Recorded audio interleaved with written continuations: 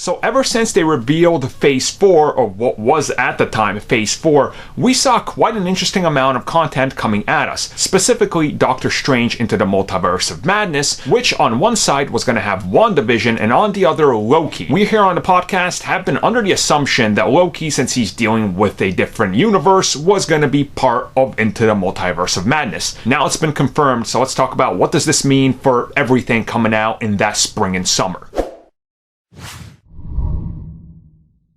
So of course with Loki, it's not the Loki that of course died at the hands of Thanos, that one is still very much gone. It's the Loki from Avengers Endgame during the Avengers incident in New York. So it's a different character because he hasn't had that growth. Now obviously he took the Tesseract and he's gone somewhere. We presume it was the multiverse, and as many of you have pointed out on the podcasts, we've been saying that series had to specifically tie into that film. It didn't make any sense if it didn't, just due to the way it's positioned, with the multiverse in the middle and then the two shows on the sides. Now it's been confirmed, and of course I will link in the description down below and toss it up here on the screen for you guys. And this is coming from Kevin Feige himself, the guy running everything, and it was also confirmed by Bob Iger, who's of course in charge of Disney. We're taking Loki to an entirely new part of the MCU. The series is slated to run 6 episodes and will debut in spring of 2021. Loki will be directly connected to the Scarlet Witch and Doctor Strange Into the Multiverse of Madness. I'm not sure we've actually acknowledged that before, but it does connect. So again, I think many of us saw this coming. You know, if he's dealing with a multiverse factor with the Tesseract, and you have Wanda, whatever she's gonna unload that has to factor into Doctor Strange